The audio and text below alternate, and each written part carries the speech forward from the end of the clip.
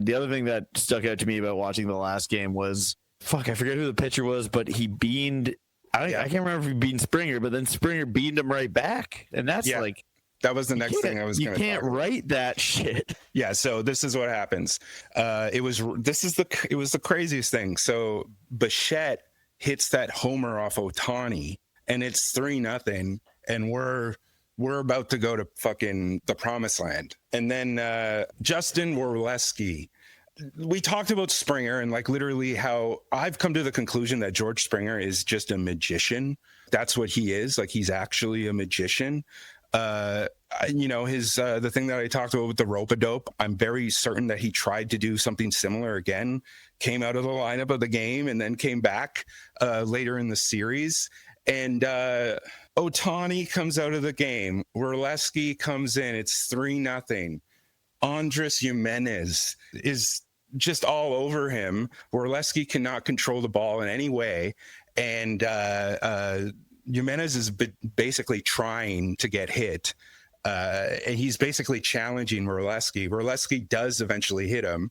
And then Giménez just like gets pissed off, which didn't really make sense because he was legitimately trying to get hit.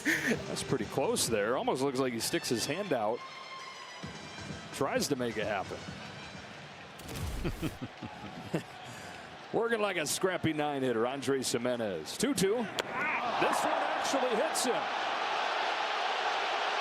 Throw it over the plate, says Giménez. The bench is clear in Game 7. And then the fucking bench is clear in Game 7 of the World Series. And it's just like, oh my God, like it put me in a state, in like a non-verbal state. You know what I mean? The tension was insane. It was, I was working at the bar I work at, and again, I work at like a natural wine bar. It's usually pretty relaxed and like a curated chill vibe. And there was this older, definitely wealthier gentleman, businessy type guy with his partner there, and he started fucking screaming, "Burn it down!" top of his lungs. He did have some wine, so he was a little fired up, but it was that was pretty encapsulated the feelings in the room at the moment. Off of Werleski to Smith, who's got no play. Mayhem right now at the Rogers Center. And then George Springer comes up, the next fucking batter, and the second pitch of the at-bat, he hits Werleski with the ball and gets a single, and Giménez moves to second. And it's just, at that moment, I was like, this is a ritual of magic. Like, indeed. It was, like, I mean, it's like you can't choreograph that, but if you could not choreograph it better than that. No, and yeah, and the thing that you said earlier, this is what people don't understand, and I like, think about this, right? Like, what is a good shooting percentage in basketball, right? It's plus 50%, obviously, for at least team shooting percentage or field goals, etc. Plus 50% for the most part. A good passer rating, probably about the same in football. What is a good average in baseball? It's what's the best of all time is like what, 0.3 or? I mean, Ted Williams. Yeah, exactly. Like the best hitters of all time in baseball failed at least 6.5 out of 10 times.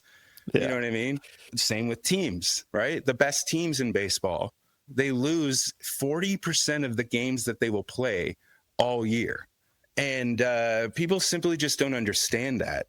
And at the very same time as all of that, at that moment when Andy Pah has caught that ball, like there's an advanced baseball metric called CWPA. It stands for, it's basically chances of winning the championship. So like, if you were in at the close to the end of the season against a divisional team where you were in a playoff race with, and you got like a walk-off, that could potentially have a CPWA of like 1%, right? Paez catching that ball was a CWPA of 100%. And again, like, you just have to live with that. And this is the thing, like, we have this like because of the Leafs, because of just, general pain that we felt sometimes, including with the Jays. We have this like trauma-induced suppressed memory syndrome where we like don't realize what we were just a part of. You know what I mean? Like that was one of the best games in a generation, one of the best World Series, at least until that 2011 World Series that I mentioned earlier.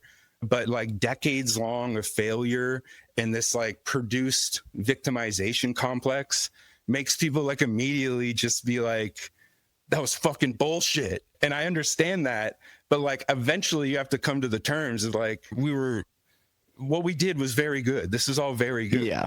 And losing is like you said, I mean, the amount that losing and missing is represented in the statistics of baseball, but also then you just get into like the toxic. And I mean, this is a generalization. I think to me, hockey fans represent perhaps the most toxic, at least in Canada, the most toxic brand of fan.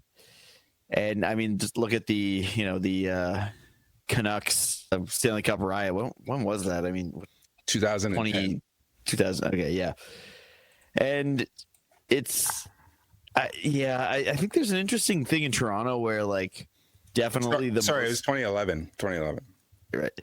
In Toronto, I find like the most like people who aren't really sports fans are baseball fans. Maybe that carries outside of the city, but definitely the most people I know who don't have any interest in other sports are like passionate, if not like highly informed baseball fans. And then there's quite a few people I know who are not interested in other sports, but are like informed baseball fans and know about advanced metrics and teams outside of the Blue Jays. And so it's an interesting dynamic there.